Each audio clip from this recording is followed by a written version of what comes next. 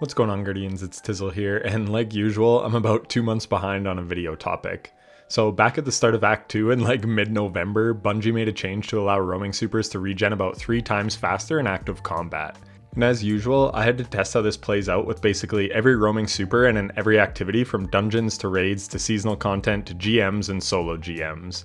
If there's one thing you can count on me for, it's to be thorough, even if it costs me a bunch of views because it's no longer topical and I wait until the Destiny player counts are at all-time lows to talk about something. But I just do it for the love of the game, baby. Anyways, so now that I have time to see how these changes feel, I can confidently say that the meta has definitely changed. One-off supers are no longer the de facto choice for your super.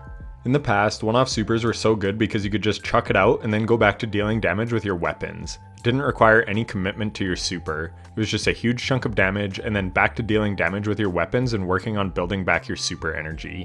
This was especially good on champions because you could deal a big chunk of damage and then keep it stunned with your weapons. Where with roaming supers, they were too weak to kill an unstop and one stun, and then it takes less damage.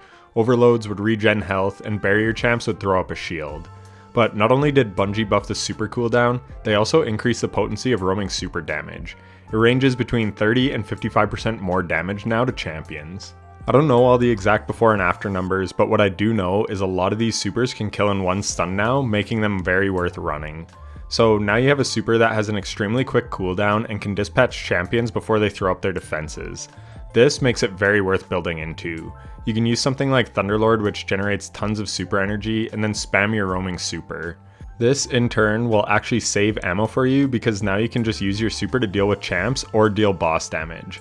I took Raiden Flux Arcstaff Hunter through Birthplace of the Vile and it was extremely powerful. Despite Arc not having much firepower because it doesn't have access to Radiant, I was still able to roll through everything with ease. The super could easily take out both overloads and unstops in one stun, and then you could also roll through a bunch of adds. The super lasts for ages and deals a ton of damage when fully ramped up. It made it great in the boss room as well. I've also used Storm Trance in lots of content and it's performing very well. It doesn't have the DPS of an Arc Staff, so it isn't great in solo content because champions can become unstunned sometimes before you get the kill, but even still, it feels quite strong. I also took Ballador's Wrathweavers through the new GM Behemoth solo and it performed very well. Hopefully Bungie fixes whatever was going on with them because they're really fun to use now, and I'm a notorious Winter's Wrath hater. I think it's a pretty useless super in general, but with the bonus damage that Ballador's gives, paired with the damage increase to roaming supers, it was able to dispatch champions in one stun and then take out some other adds to boot. It's especially good with Bleak Watchers as they can passively freeze things for you so that you don't always have to be chucking out your ice melees to freeze things to get the big damage. I was genuinely impressed with how it performed. The Strand Hunter and Titan supers were already exceptionally strong, and now they are just even better because they have more uptime.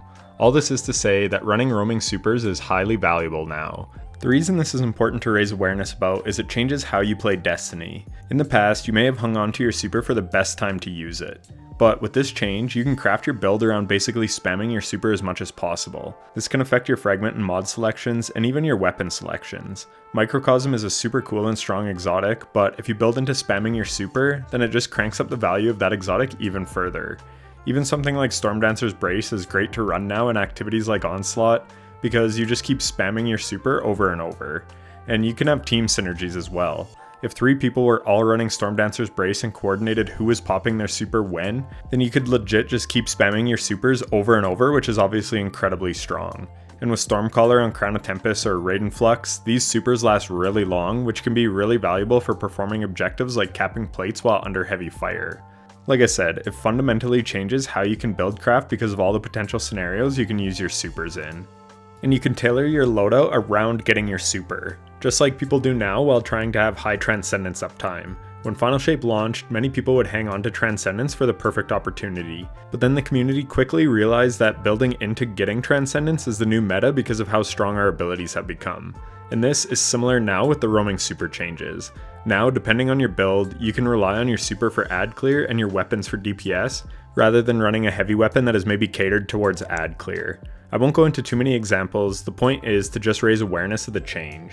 I know I am way late on this topic, but I was testing out so many things after those changes and then making videos for 2025, and then I was also super busy with house projects and then the holidays. So I'm sorry this is so late, but I still wanted to add my 2 cents and explain to my community why roaming supers are so good now and so worth running. Let me know down below how you have been enjoying the changes to roaming supers. I, for one, love it because it's been so fun to play with supers and exotics that have just been collecting dust because they legit have not been worth running. You're basically throwing if you ran them. But now with one simple patch update, Bungie made literally all these supers worth running. Nova Warp was always kinda decent in ad dense content, but with these changes, it is actually worth considering over Nova Bomb. I could go on with examples where all the supers can shine, but I won't. I'll probably just wrap it up here and say that it's definitely worth running roaming supers now. If you liked this video, then toss me a like, and if you want more informative Destiny discussion videos, be sure to subscribe. I'll catch you in the next one. Take care.